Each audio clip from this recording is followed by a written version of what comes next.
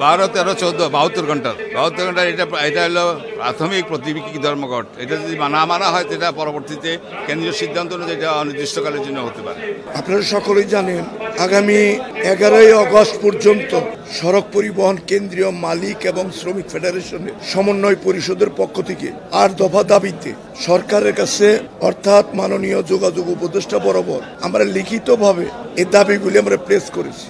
গত 5 দিন আগে আমাদের যোগাযোগ উপদেষ্টা ডেকেছিলেন এবং ইতিমধ্যে আমরা প্রেস কনফারেন্স পরিবহন মালিক এবং শ্রমিকদের এই দাবির পক্ষে ক্যাম্পিং চলছে। এর আলোকে গত 5 দিন আগে যোগাযোগ উপদেষ্টা আমাদেরকে ডেকেছে। ওনারা আমাদেরকে শান্ত করার জন্য দাবি 2-1টাকে মানার আশ্বস্ত করে আমাদেরকে ধর্মঘট প্রত্যাহার করার জন্য আবেদন করেছিল। আমরা সেই আবেদনে সাড়া না দিয়ে আমরা আমাদের সিদ্ধান্তে অটল।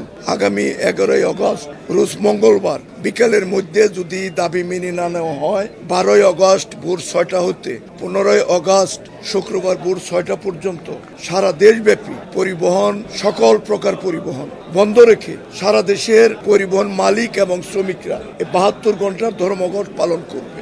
আমাদের দাবিগুলি আপনাদের মাধ্যমে আমাদের চট্টগ্রাম বিভাগের আজকের এই গুরুত্বপূর্ণ সভা চট্টগ্রাম বিভাগের অধিকাংশ জেলার মালিক এবং শ্রমিক প্রতিনিধি এখানে উপস্থিত হয়েছে। 12, 13, 14, 72 ঘন্টা এটা হলো প্রাথমিক প্রতিবিকি ধর্মঘট। এটা যদি মানা হয় সেটা পরবর্তীতে কেন্দ্রীয় সিদ্ধান্ত অনুযায়ী এটা অনির্দিষ্টকালের জন্য হতে পারে।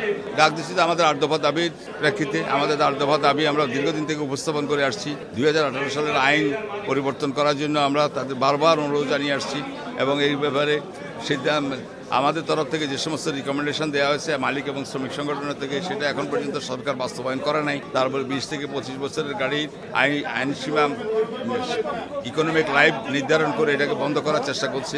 তাহলে আমাদের এই যে 60-70 হাজার গাড়ি যে বন্ধ হয়ে যাবে, তাতে দেশের অবস্থাটা কি? অর্থনৈতিক অবস্থা দেশের এমনিতেই খারাপ, তার উপরে আবার এগুলো বন্ধ করে দেয়। আর এগুলা এই 60-70 হাজার গাড়ি কি 1 বছরে 2 বছরে চেঞ্জ করা যায়? এটা করতে হলে প্রতি বছর 500, 100, 200, 300 করে চেঞ্জ হবে। তাহলে সেটার একটা নিয়ম কানুনের আওতায় যেতে হবে। সেটা না করে আমাদের উপর একতরফাভাবে চাপিয়ে দেওয়ার ব্যবস্থা নিচ্ছে এবং তারই প্রতিবাদে আপনারা দেখতে পাচ্ছেন সবাই কি বলতেছে।